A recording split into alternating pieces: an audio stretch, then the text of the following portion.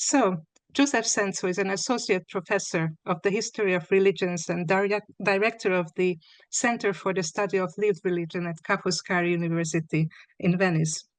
His research interests include ancient Mediterranean religion, with a particular focus on ritual practices during late antiquity. He is a member of a European Research Council starting grant project that is investigating late antique Jewish and Christian magical objects as sites for thinking about early Jewish and Christian relations. And today's talk will also revolve around this topic, building on Joe's recent monograph with the title, it was published last year, Ritual Boundaries, Magic and Differentiation in Late Antique Christianity. So, Joseph, thank you very much for accepting our invitation, and the floor is yours. Well, thank you very much, Kata, for that nice introduction, and also want to thank RPOG for the invitation, and also to you, Kata, for the invitation. I should note that this presentation is a part of my ERC project titled Early Jewish and Christian Magical Traditions in Comparison and Contact. And one other introductory note, I'm also the editor-in-chief of a new journal that'll be published that many of you might want to consider contributing to, which is called Quotidiana, Journal for the Study of Lived Religion. And so if you have questions about that, we can talk also about that, or you feel free to in that regard. So without further ado, let me begin. My paper today is based on chapter 2 of my new book, Ritual Boundaries, Magic and Differentiation in Late Antique Christianity. Now, I'd like to start by highlighting the origins of the primary thesis in this chapter, because I think the circumstances out of which it emerged can serve as a useful illustration. Now, chapter 2, in a way, goes back to two moments in my life that are quite different from one another. First, we might speak of its academic origin. As I note in the preface to the book, the concerns of this chapter derive in large part from an essay that I wrote during the 2009-2010 academic year as part of a fellowship I won at UCLA, the so-called Graduate Student Mentorship Award. At the time, I was in the midst of studying for my PhD exams, which included the study of ancient magic and early Jewish-Christian relations. Having been fully immersed in both fields of study, I noticed that the amulets that constructed ritual efficacy by using accusations of Jewish violence against Jesus had fallen between disciplinary cracks. That is to say, scholars who had focused on early Jewish-Christian relations and therefore were quite interested in such anti-Jewish invective typically did not investigate so-called magical objects, while scholars of ancient magic had passed over such invective since it was not at the forefront of their research interests. That paper, which bridged these respective fields of study, was eventually published in 2014 in the fellowship for one of my PhD advisors, S. Scott Barchi. Now, as important as this academic origin of the chapter was to the basic formulation of its ideas, I would like to stress the other, more personal origin of this chapter, as it illustrates the heart of my thesis. This anecdote goes back even further in time to the events surrounding a specific date, October 26, 1996. Now, what happened on this date? Well, I attended the first Ozfest. Now, for those of you who are unfamiliar with the Ozfest, it was a concert put on by Ozzy Osbourne that included a range of other hard rock and heavy metal acts, including Slayer and Biohazard. The concert took place in Southern California at what was then known as the Glen Helen Blockbuster Pavilion in San Bernardino. As might be expected, the concert was fantastic. In fact, although I was only 16 at the time, it is still one of the best concerts I've ever attended. My friends and I rocked out to such Ozzy Osbourne classics as Crazy Train, not to mention those of the other bands present. But my excitement would not last. In fact, I was completely unprepared for the experience I would have over the following days, and it is this experience that is key for the present discussion. Upon returning home, I was met by a series of condemnations and accusations from family members, and especially from fellow church members, for having participated in a satanic event. After all, claim such people, doesn't Ozzy refer to himself as the Prince of Darkness, sing songs about occultists such as Aleister Crowley, and display images of monsters and satanic paraphernalia on his records? The logic seemed to be that Christians should not allow such satanic elements to mix with or pollute their Christian faith. At the time, I was a relatively devout, self identifying American evangelical Christian and was disgusted by such claims. Isn't music a gift from God? I thought. And although Ozzy Osbourne uses such imagery, he clearly uses it for fun. This more personal story reveals 2 points that are directly relevant for our discussion today. First, it hints at 2 different ways of understanding Christianity. What was mixing to one, namely select family and church members, was not mixing to another, namely me. Everything I did was completely compatible with Christianity as I understood it at the time.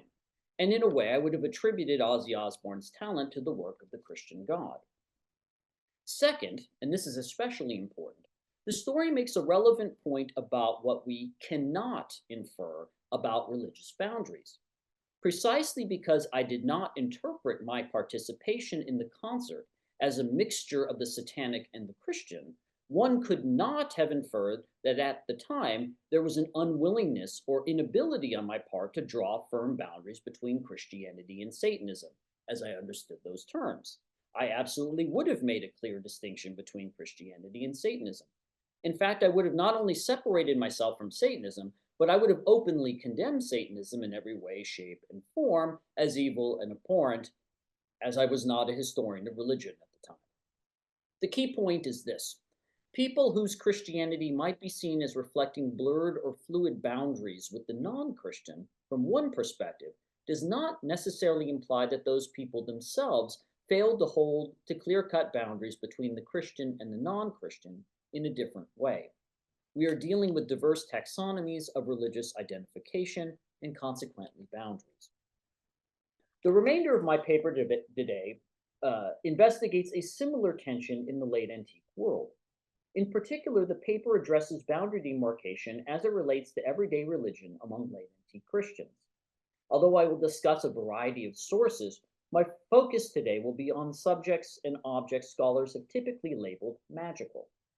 As part of my paper, I will treat a series of overlapping questions.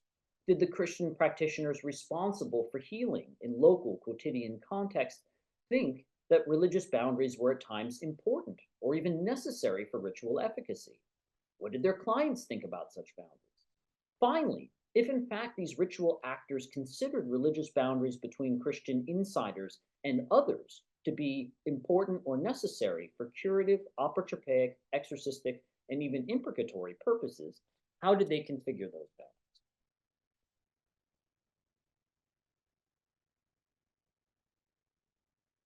In this paper, I argue that religious boundaries, especially as it relates to the Jews, played an important role in quotidian rituals for healing, protection from demons, and other contexts deemed magical. Yet I will also contend that the boundaries promoted within these ritual contexts were configured differently than ancient patristic and monastic writers articulated and scholars have generally assumed.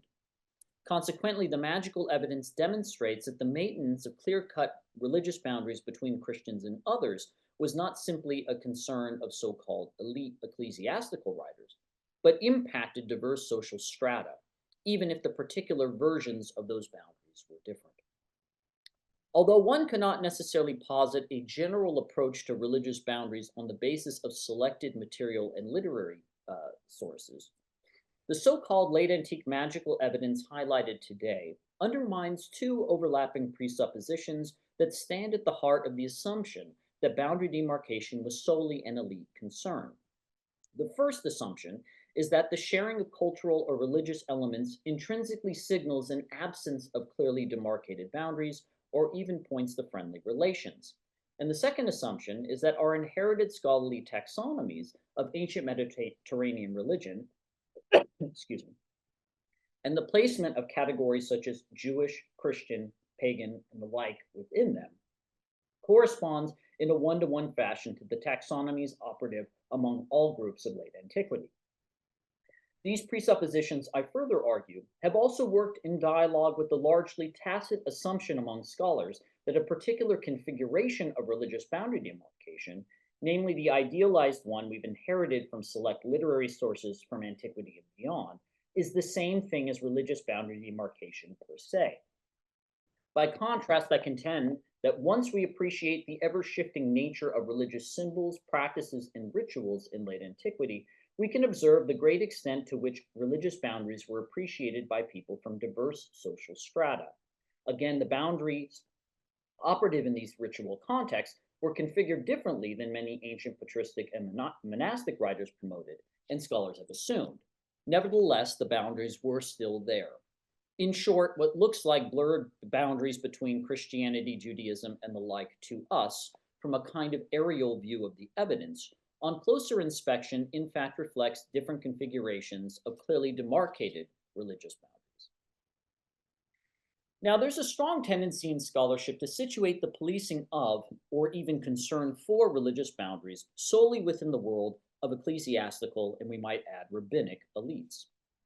Responding to the then prevailing parting of the ways model, for example, Daniel Boyarin emphasized that while the religious borders between Jews and Christians were drawn in various ways, the concern for constructing, maintaining, and enforcing religious boundaries was inextricably linked to one's position within political and social hierarchies.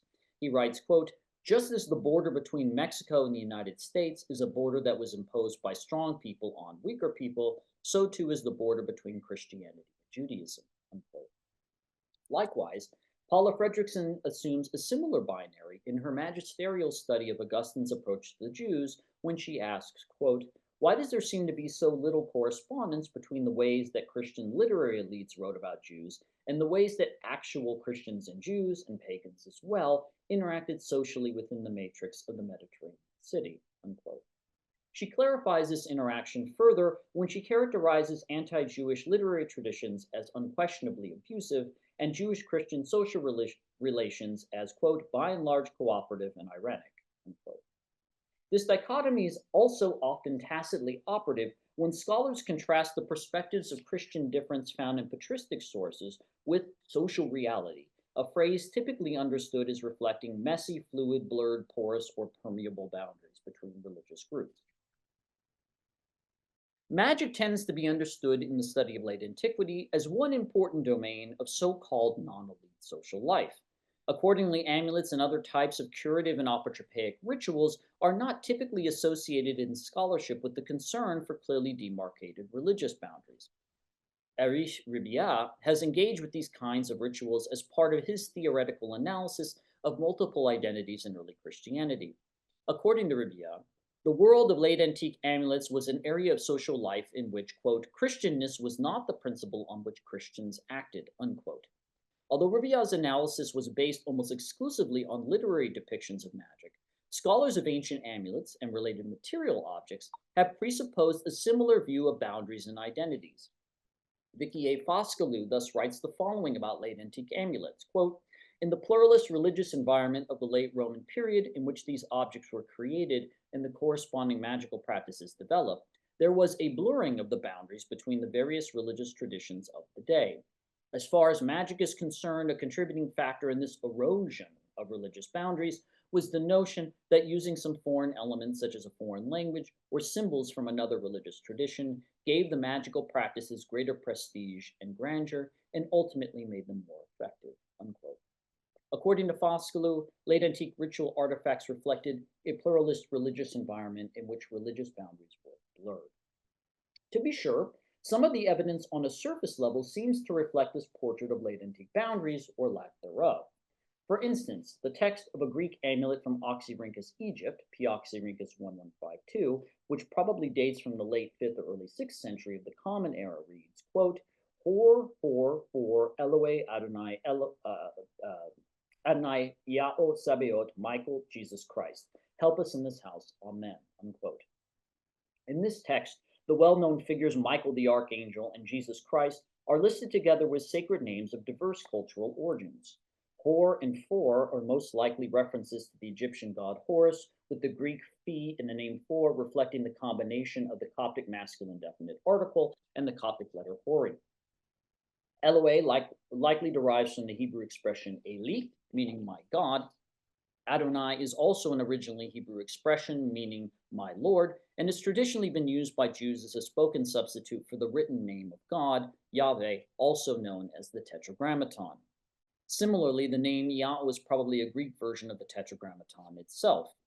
When Yahweh is placed alongside Sabaoth, as it is here, it typically carries its original association with the Tetragrammaton, and together with Sabaoth thus means Lord of Hosts, a phrase which within the Septuagint, or the Greek translation of the Hebrew Bible, is usually written with the combination Kurios Sabaoth.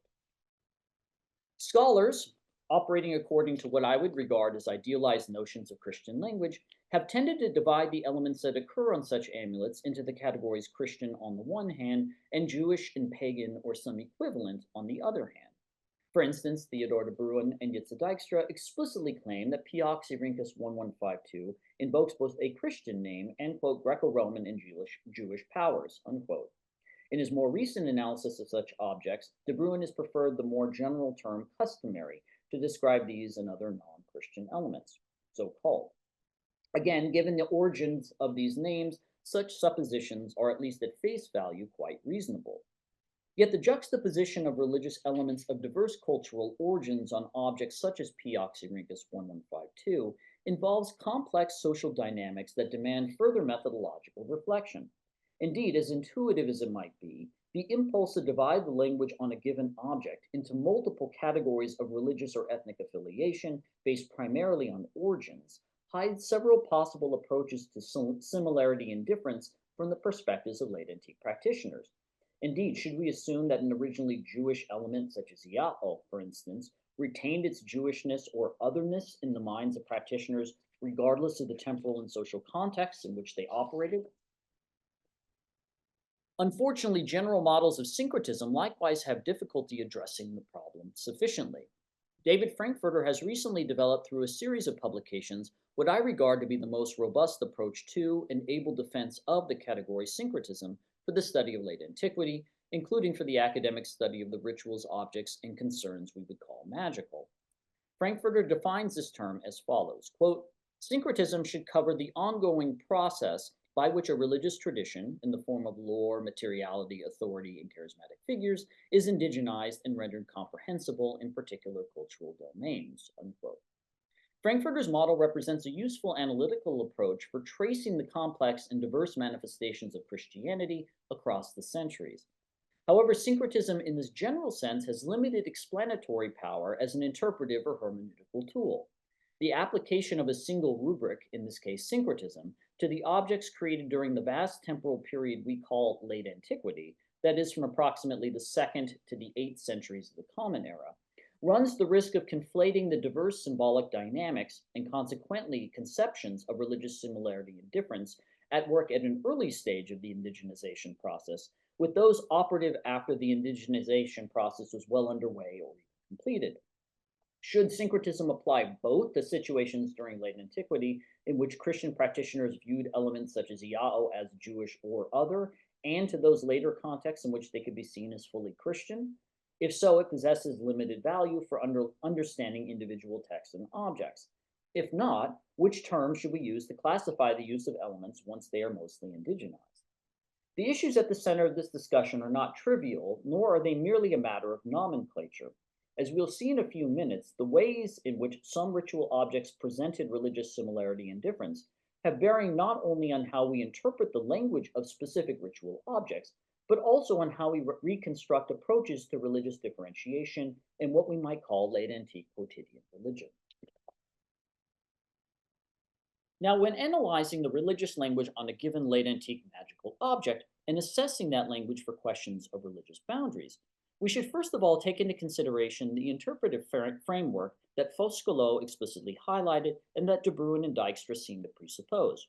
According to this perspective, the apparent juxtaposition of different traditions in fact reflects the intentional usage of elements of otherness on account of their perceived foreignness or exoticism or for some other unknown reason.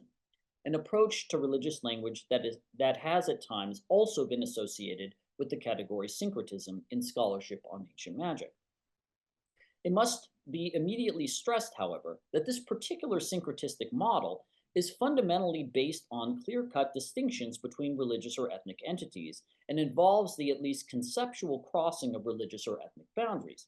To state the matter a bit differently, syncretism in this sense does not stem from blurred, fluid, or fuzzy boundaries, but from clearly delineated notions of insiders and outsiders. In fact, it is precisely that cultural distance that creates the attraction in the first place. But this attractiveness tends to be temporally limited, often confined to moments of initial contact between religious traditions. That is, when one can most clearly see the differences between us and them. Unfortunately, syncretism in this exoticized sense is quite difficult to identify in the primary sources, and therefore clear evidence for it in late antique ritual practice is limited. To be sure, some late antique ritual objects seem to reflect a situation in which the exoticism, foreignness, or otherness of elements played an active role in the creation of ritual efficacy. For example, we can observe this social phenomenon on the magical artifacts that explicitly mark the Hebrew origin of a given term. We might also cite in this regard a late antique Mesopotamian incantation bowl, which was once part of the vast private collection of Shlomo Mossaef. As part of its lengthy incantation, which is written in Jewish Babylonian Aramaic, we find the following adjuration, quote, "And by the name of Jesus, who pressed the height and the depth by his cross, and by the name of his exalted Father, and by the name of the Holy Spirits, forever," unquote. The foreign or even exoticized character of this Trinitarian reference is quite likely, not only given the primary language used, that is, Jewish Babylonian Aramaic, and its inclusion of certain Hebraicisms that were uncommon outside of Jewish context, but also in light of the text's unusual orthography. As Dan Levine, the Bowl's original editor, and Shoel Shaked have noted, this oddly spelled reference to Jesus in the text appears to be a phonetic rendering of the Syriac Yishol. In addition, Levine postulated that although the extant consonants behind the word spirits corresponded to the plural form, ruache, one might reconstruct the text of the bowl to reflect the Syriac ruache, meaning his spirit. Levine, Shaked, and others have reasonably concluded that the text on this bowl most likely reflects a situation in which a Jewish practitioner wrote down as best as he could a Trinitarian formula which he learned from a Christian Syriac context. If this hypothesis is in fact correct, then it would imply that this Jewish practitioner intended to incorporate foreign, in this case Christian, elements into his ritual text. Consequently, we might productively characterize the text of this bowl as an instance of syncretism in the exoticized sense noted earlier. But again, clear instances of intentional appropriations of elements from other religious groups are exceedingly rare. It is telling that Gideon Bohawk and Lynn Ladonici were only able to find a few certain instances in which the practitioners behind the so-called Greek magical papyri intentionally made reference to exotic Jewish elements. And this difficulty persists to an even greater degree when trying to find clear instances of Jewish foreignness or exoticism, for instance, on the later Christian amulets, since such elements were even further removed from their original cultural context. In the end, the usage of syncretism to interpret individual objects tends either to conflate diverse possible approaches to religious similarity and difference under a single rubric, or to involve the automatic presupposition of intentional appropriation, in which cases where elements of diverse cultural or religious origins appear together. Both tendencies can interfere with our interpretations of some early Christian magical texts, and, as I argue later, with our reconstructions of the perspectives on religious boundaries in late antique lived religion. Such problems require us to consider explanatory models and frameworks other than syncretism or exoticism for understanding presentations of religious similarity and difference on many of the early Christian magical objects.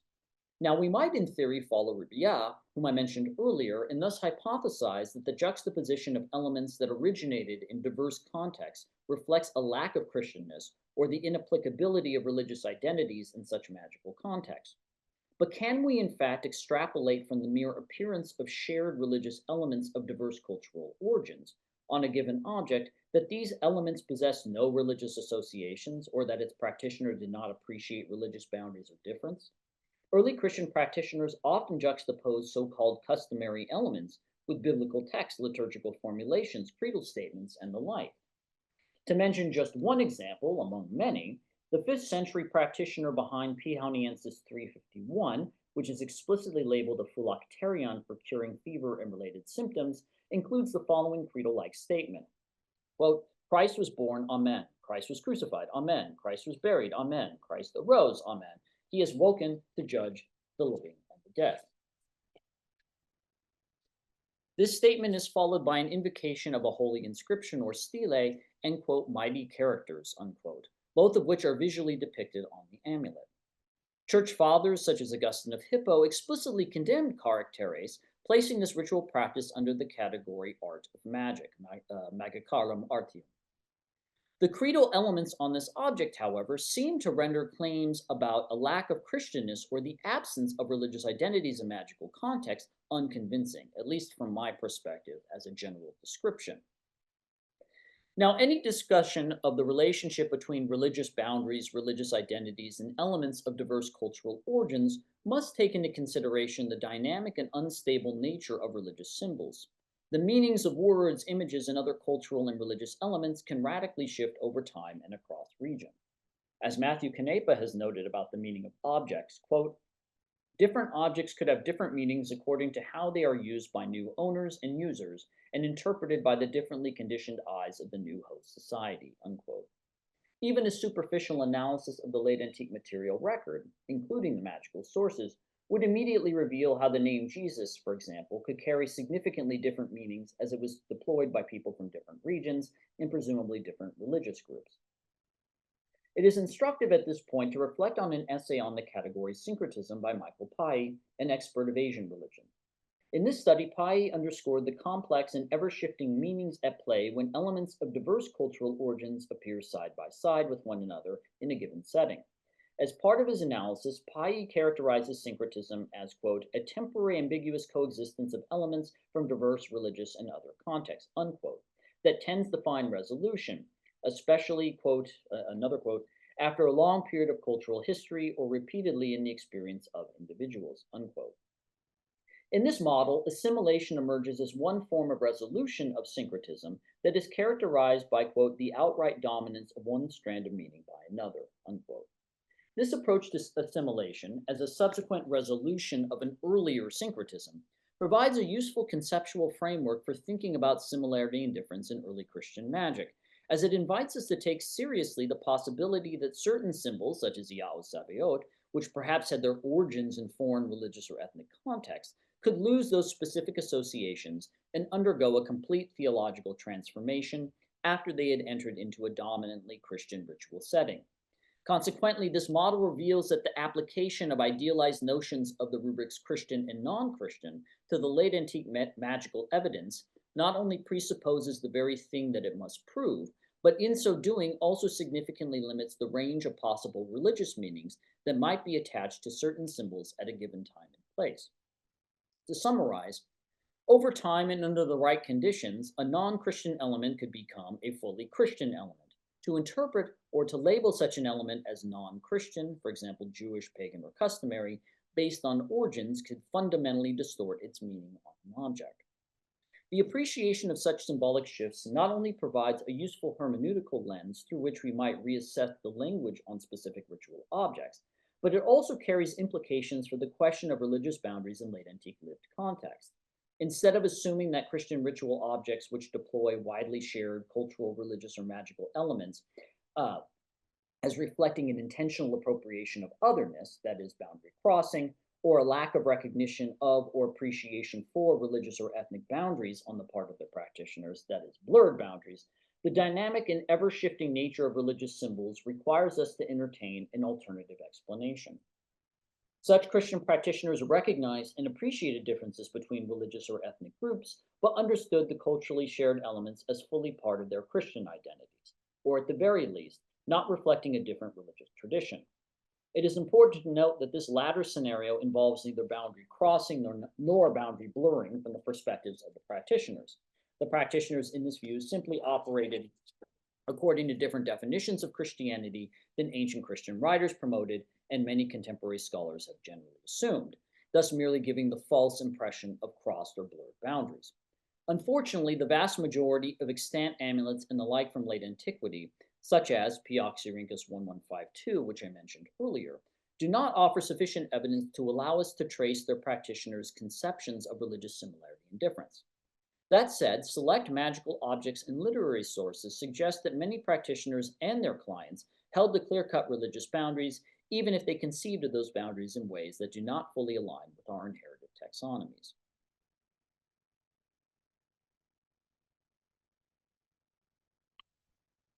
Some ritual practitioners engaged in explicit forms of religious differentiation while configuring their religious boundaries in ways that might seem counterintuitive to us.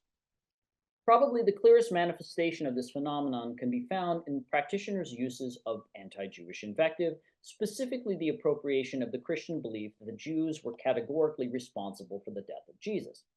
Indeed, the idea that the Jews were categorically culpable for the death and persecution of Jesus and his early followers played a prominent role in early Christian imagination, figuring into biblical gospels, letters, uh, dialogues, pseudepigraphical gospels, homilies, and even early Christian hymns.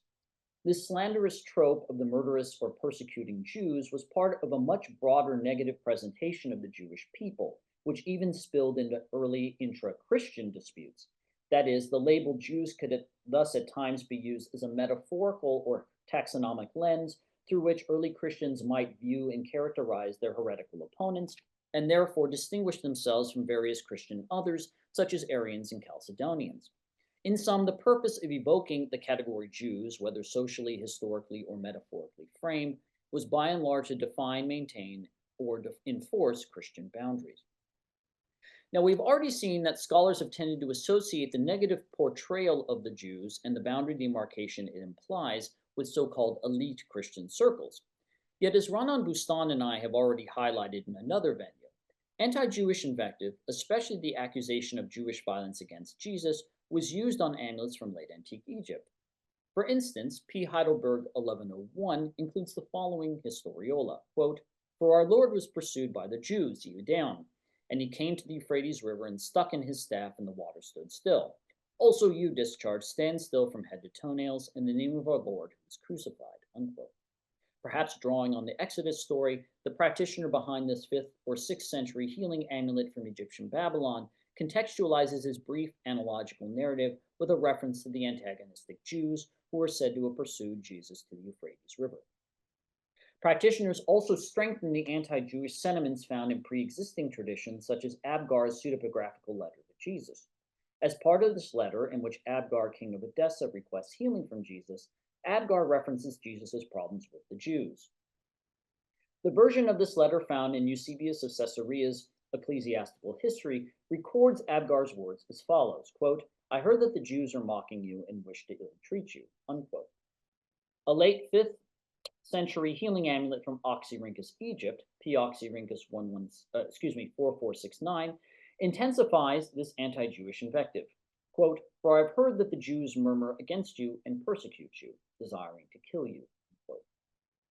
P. Leiden manuscript AMS 9, a Coptic magical handbook that dates between the 6th and 8th centuries of the Common Era, presents an even stronger version of this tradition in the practitioner's rendition of Abgar's letter to Jesus. Quote, "I heard that your nation rejected your lordship, being wicked and envious, and they persecute you, and they do not want to let you reign over them, being ignorant of this, that you are the king of those in the heavens and those upon the earth, who gives life to everyone. And what indeed is the people of Israel? The dead dog, because they have rejected the living God. For indeed, they are not worthy of your holy gift." Unquote. In this passage, the Jews are not merely blamed for persecuting Jesus, but they're even compared with a dead dog, uhoret mot, in the Coptic. The language of dogs here resonates with the sentiments of some late antique patristic writers who might also associate Jews with dogs as part of a strategy of religious differentiation. Much like Leiden manuscript AMS 9, John Chrysostom's first discourse against Judaizing Christians includes the following words, quote, "And those Jews who had been called to the adoption of sons, they fell into kinship with dogs. We who were dogs received the strength through God's grace to put aside the irrational nature. They, that is, the Jews, became dogs, and we became children," unquote. In this passage, the negative, perhaps impure connotations associated with dogs stands alongside the positive image of children to facilitate Chrysostom's construction of an ironic, temporal, and slanderous chiasm. Those Jews who were supposed to be children became dogs, those Christians who were dogs became children. The practitioner behind Leiden manuscript AMS 9, therefore, appropriated for his ritual purpose a dark supersessionist motif that was part of late antique boundary demarcation in other Christian contexts. But the anti-Jewish invective in the Abgar text worked in dialogue with an untitled composition from Leiden manuscript AMS 9, which proclaims, quote, "Rejoice, all you creatures, for the Lord rose from the dead on the third day, and he freed the entire race of Adam, and he despoiled the Jews who were ashamed of what they had done," unquote. In this case, the Jews are specifically blamed for the murder of Jesus, and God has punished them for this act, presumably a reference to the subsequent suffering of the Jewish people in the destruction of the Jerusalem temple and in their expulsion from Jerusalem, Egypt. Despite their interest in distinguishing Christians from Jews, the practitioners who made these artifacts did not construct the boundaries in the same ways as patristic writers or modern scholars. On Leiden manuscript AMS 9, for instance, the practitioner utilizes divine names such as Yahweh, Adonai, Elohei, Elemus, and Sabaoth, which we might say have Jewish or Hebrew origins, and as we have seen in our discussion of P. Oxyrhynchus 1152, scholars have often labeled as Jewish. The other two objects likewise use divine names such as Yahweh, Sabaoth, and Elohei. Although De Bruyn does not discuss Leiden manuscript AMS 9 in this regard, he does note that the so-called customary elements in P. Oxyrhynchus 4469 were deemed to be entirely appropriate as resources for healing incantations.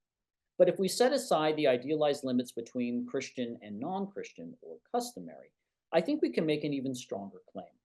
Given the interest of these practitioners in religious differentiation, specifically against the Jews, however understood, it seems likely that they consider these names simply to be Christian. This identification is almost certain in the case of Leiden manuscript AMS 9, where we read the following words, quote, "I beg you, Father of our Lord Jesus Christ, God of gods, King of all kings, incorruptible, undefiled, uncreated, untouchable, morning star, mighty hand, Adonai, Elohei, Elemus, Sabaoth."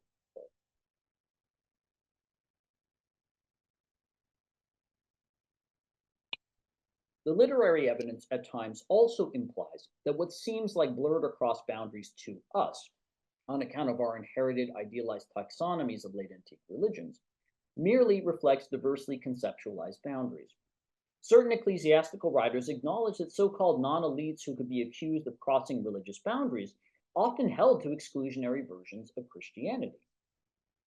John Chrysostom concedes that the so-called Judaizers who went to synagogues to get amulets and other forms of illicit healing would not hesitate to differentiate themselves from Jews.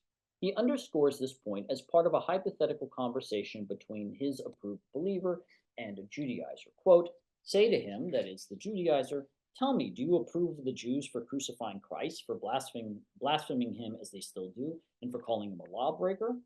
If the man is a Christian, he will never put up with it. Even if he be a Judaizer times without number, he will never bring himself to say, 'I do approve.' Rather, he will stop up his ears and say to you, 'Heaven forbid, be quiet, man.' Next, after you find that he agrees with you, take up the matter again and say, 'How is it that you attend their services? How is it you participate in the festival? How is it you join them in observing the fast?'" Unquote. Similar to the story of my experience with the Ozzy Osbourne concert, the text makes it clear that for such Judaizers, if there really was such a group in late antiquity, going to the synagogue, participating in what Chrysostom would regard as Jewish festivals, and receiving healing from their practitioners were not considered Jewish practices to them, at least not in the same way that Chrysostom understood the category Jewish. The exclusively Jewishness of the synagogue and related practices was something that Chrysostom thought these people needed to be taught.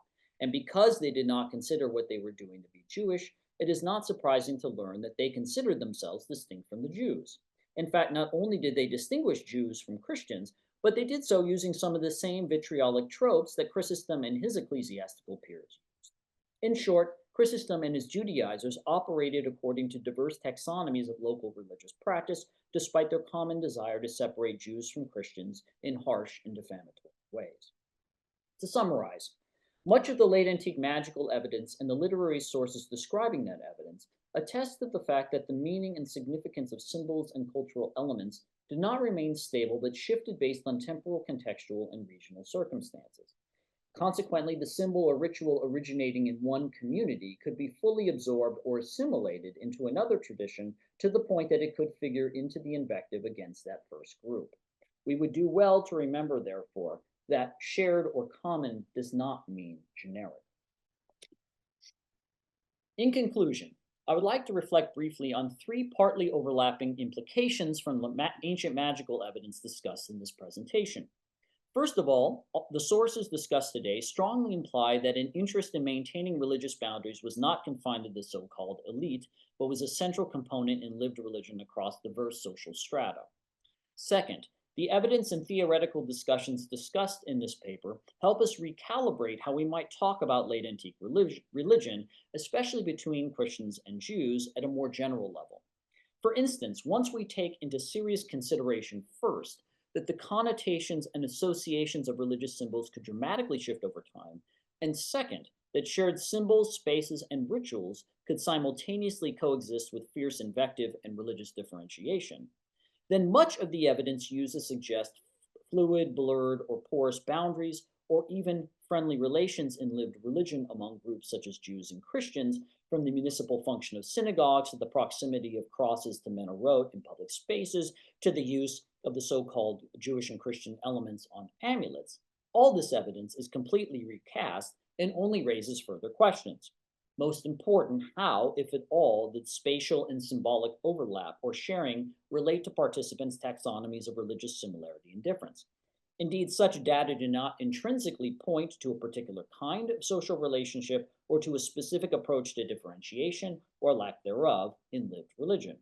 Methodologically speaking, one must prove on additional grounds that exoticism or blurred boundaries or friendly relations, or for that matter, clearly distinct religious identities, were operative, taking into account the complex dynamics of symbolic reception over time and across region. Unfortunately, most sources offer insufficient evidence to demonstrate the operation of these social dynamics or the underlying intercultural realities in lived context. Third, the magical objects offer insight into discursive dimensions of what we might call orthodoxy and heresy as broader cross-cultural comparative categories. As I noted earlier, many late antique Christian ritual practitioners utilize elements derived from Christian orthodoxy, including biblical texts, creeds, and Trinitarian formulas. Of course, such heretical so-called appropriations of orthodox language have not escaped the attention of historians of religion, sociologists, and other theorists. French sociologist Pierre Bourdieu, whose work on orthodoxy, heresy, and doxa have been influential in religious studies, including in late antique studies, emphasized that the heretical power of figures such as sorcerers necessarily relies on the authorizing language of orthodoxy. However, he situated such appropriations of authorizing language within a model of defiance or protest, whereby practitioners might use such language against their elite orthodox opponents. Others in his tradition, such as George Zito, have likewise assumed that the heretical use of authorizing language will be directed against the orthodox or powerful. What if, by contrast, the authorizing language consists of ideas designed to marginalize another powerless or deviant group? The magical objects deploy anti-magic and anti-Jewish invective in fact demonstrate that sorcerers and their clients, who might be condemned as evil or heretics for their ritual practices, did not always direct authorizing language against people in positions of obvious political and social power, that is, the so-called orthodox or the dominant. Instead, they sometimes appropriated the slanderous rhetoric of orthodoxy and directed it against other marginalized groups, that is, other magicians and Jews. These objects thus show that the same individuals whom certain powerful ecclesiastical leaders or councils condemned as wicked on the basis of their ritual practices could, within those very practices, represent orthodox power against other groups who are marginalized on account of their ritual practices or religious affiliations or ethnicity. Accordingly, these magical objects imply that many individuals in late antiquity were positioned within global hierarchies of religious and cultural power in such a way that they simultaneously embodied the domains of heresy and orthodoxy, albeit in relation to different discursive categories. Although certain figures in prominent social and political positions stood at the top of all or most cultural taxonomies, and thus represented orthodoxy in pretty much every area of life, the ideas and practices of many individuals probably placed them in differing positions within various ancient hierarchies of religious and cultural difference. In some areas and social relationships, they were powerless and heretical. In others, they were powerful and orthodox. In the end, the magical evidence demonstrates that while makers and users of amulets and similar ritual technologies articulated religious boundaries that only partly overlap with those found in patristic and monastic texts, the harsh tone with which such ritual actors expressed their clear-cut religious boundaries could match in intensity the invective found in other normative ecclesiastical contexts. But of course, this pattern seems to have characterized lived Christianity in other periods as well, applying at least to one late 20th century then evangelical Christian who went to a heavy metal concert. Thank you.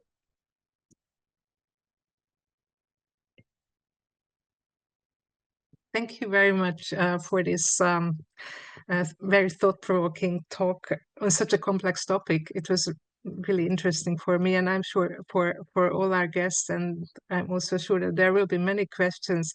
You can ask your questions two ways: either raise your hand using the Zoom's raise hand feature, or just type your question in the chat, and we will read it out for you. In fact, we already have one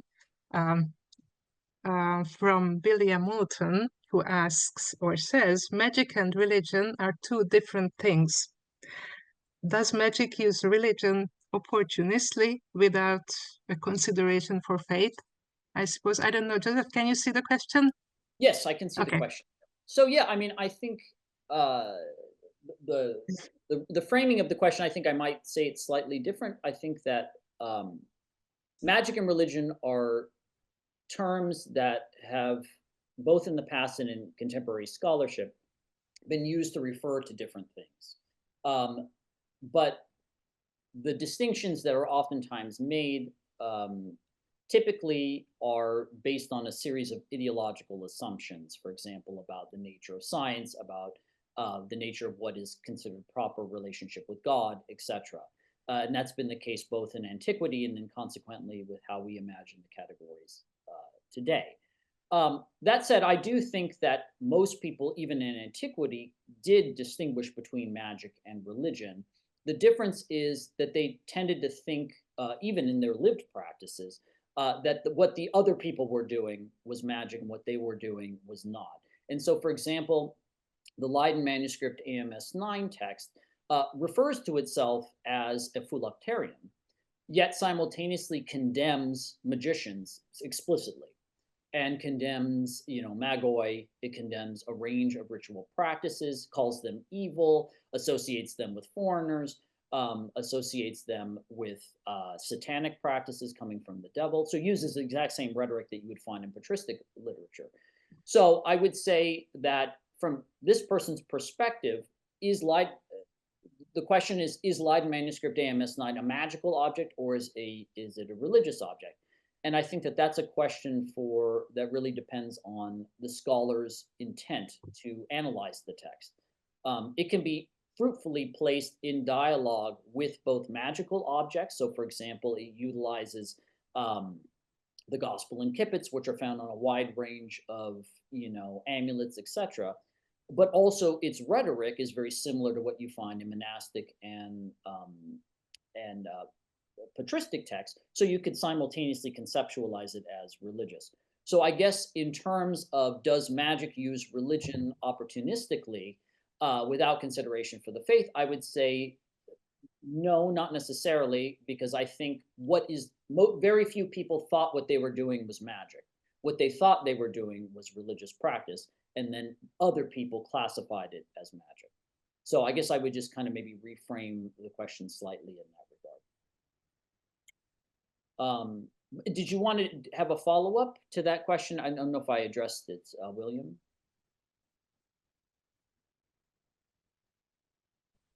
No, that was very good. Thanks for that. Much to think about. Yep. Indeed. Okay, do we have any other questions then?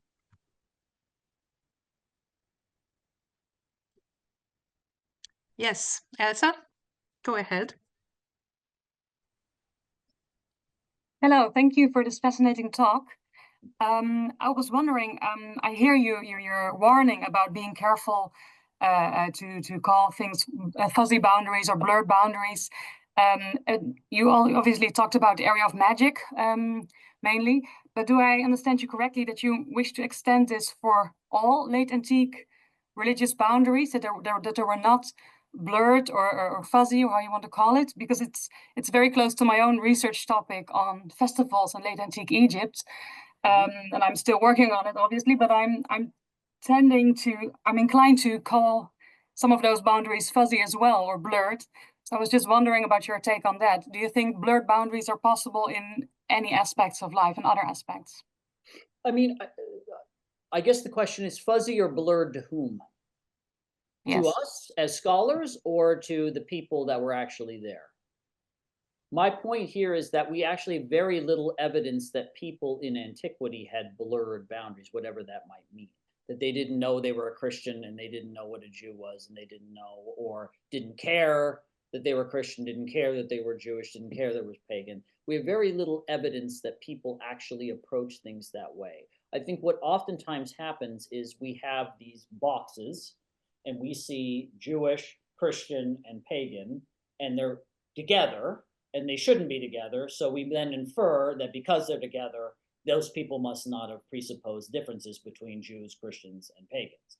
But in fact, I think what ends up happening is that there's different ways of conceptualizing, let's say, Christianity, whereby going, let's say, to an incubation ritual could be seen as completely Christian. And so therefore, it's not a blurring of the boundaries between paganism and Christianity. It's just part of the person's Christianity. And you can't infer that that person wouldn't condemn paganism. Most likely they probably would. They just didn't consider that part. And I think that that's what the magical objects are particularly useful in showing, is because they show that there is a total disconnect between the taxonomies that we have of antiquity and the taxonomies that were operative among the people. That Ya'o Sabaoth, etc., can all be Christian as Jesus. And so then the idea is, well, there's no blurring because it's all part of their Christian faith. And so the question is then we need to reflect, I think, on another level. If we know on the one hand that people can use things that have origins in other foreign traditions and incorporate those into an exclusionary version of Christianity, then what is the evidence for blurred boundaries? Because if it just looks like, okay, they're using a pagan element here and a Jewish element there, how do we know they thought of them as pagan or thought of them as Jewish? And so I think what it really does is it just adds another level that we have to then prove that the person, for example, didn't care about boundaries. And that's a very difficult thing, I think, to prove. Okay, thank you very much. Please, if you want to respond, and I mean, that's just my take on it. Yes, no, it's very interesting, and I think I agree. Could I just add one thing? I was thinking mainly about for example, the Calends Festival, which we know was heavily criticized by Christian authorities like Chrysostom or Augustine and others as well. But we also know that Christians, or people who considered themselves Christians, did participate, although it was strictly labeled a pagan festival by their authorities. So I think that's getting more complicated then, perhaps, because it's not really a pagan element they use in their own Christianity. It's because of the stance of the authorities. Well, it's interesting because, again, the question is this an interpretation, let's say, not necessarily by us, but even by ecclesiastical leaders being posed on these people? It reminds me a little bit of the issue associated with the celebration at Mamre, where you have the people coming from different traditions, and they're all participating in this celebration together, but they're all interpreting it differently. That is to say that Christians give a Christian interpretation to it, the Jewish people give the Jewish interpretation, and the non, we call pagans or whatever term you want to use, they interpret it through their own lens. And so my sense is probably the same thing is happening in the case of the Calends Festival. Although I don't know, I haven't studied that particular example enough to really make a comment on that. But in general, I think the notion of, again, it depends on what you mean by blurred boundaries or fluid boundaries. But what I don't think we find in antiquity, or what I would say is would be exceedingly rare, would be the idea that people just don't care about, that's Christian, you're Christian, I'm pagan, and or you're pagan, I'm Christian, and this person's Jewish, and I don't really care about those differences, and I don't even recognize them, or I don't pay attention to them, which I think is always how I've always understood this kind of notion of blurred or porous boundaries, as it's just not really concerning to them. And I just find very little evidence explicitly for that, where people are just like, yeah, I don't care about that. You know, I don't know. It would seem to me that we would need some kind of explicit evidence. Okay, thank you. It was very clear. Thank you. In the meanwhile, we have a comment from Julie Lascaris making a point about Christmas trees. Perhaps a current example is Christmas trees. I remember my shock, she writes, when I learned as a teenager that they were pagan in origin. They are fully part of Christian ritual now and are thought of as Christian by Christians, except perhaps by the Pope. That's great. Yeah, I think it's a great example. I mean, I think it's a similar situation. You know, I come from America, and you know, it's very common, for example, to go into a Christian church and to see an American flag, right? And so when you're raised in that, you just see it as part of the landscape. You just see it as something that's part of, in some respects, even part of a Christian tradition. But people coming from the outside, you know, maybe you don't come from America and then you go into the church and you see the American flag, it's going to be marked to you in a different way. And so I do think that there's different ways of conceptualizing that. Yeah. Let me see our pod. Question. It says, thank you for this wonderful talk. Thank you. I find your thesis thoroughly convincing from the perspectives of Jewish and Christian religions. However, what about the so-called pagan point of view, representing, among other things, by magical gems? In this type of amulet, it seems rather hopeless to draw sharp boundaries. Christian, Jewish, and Judaizing elements, biblical, with pagan ones, making it difficult to distinguish specifically Christian or Jewish magical gems. This suggests, I think, that these amulets don't help us much in defining religious boundaries. I think in general, I would agree with that. I don't think, I find that the vast majority of evidence from late antiquity is not particularly helpful in reconstructing religious boundaries, because I do think that we don't get enough explicit information, and the gems are a good example of that. Now, there is a sense in which we might find that boundaries based not necessarily on religion, but we might find ethnic, linguistic boundaries that might be articulated in some of these objects. So I mean, in general, I think I would agree with you, Arpad, that in many of these cases we can't. But I think it's always important methodologically to make a distinction between our ability or capacity to identify an object as Christian from the possibility that it could be Christian from the perspective of the person. That is to say, sometimes the limit is simply our limit, that we can't identify these things. But in general, I think I would agree with your assessment there. Thank you, and I agree. I also agree with you, and looking forward to continuing this discussion about biblical motives. And thank you again for this wonderful talk, and especially the story about Ozzy Osbourne. It's really revelating. Thank you, Joe. Thank you. Other questions or comments or criticisms? You know, I think it's all good.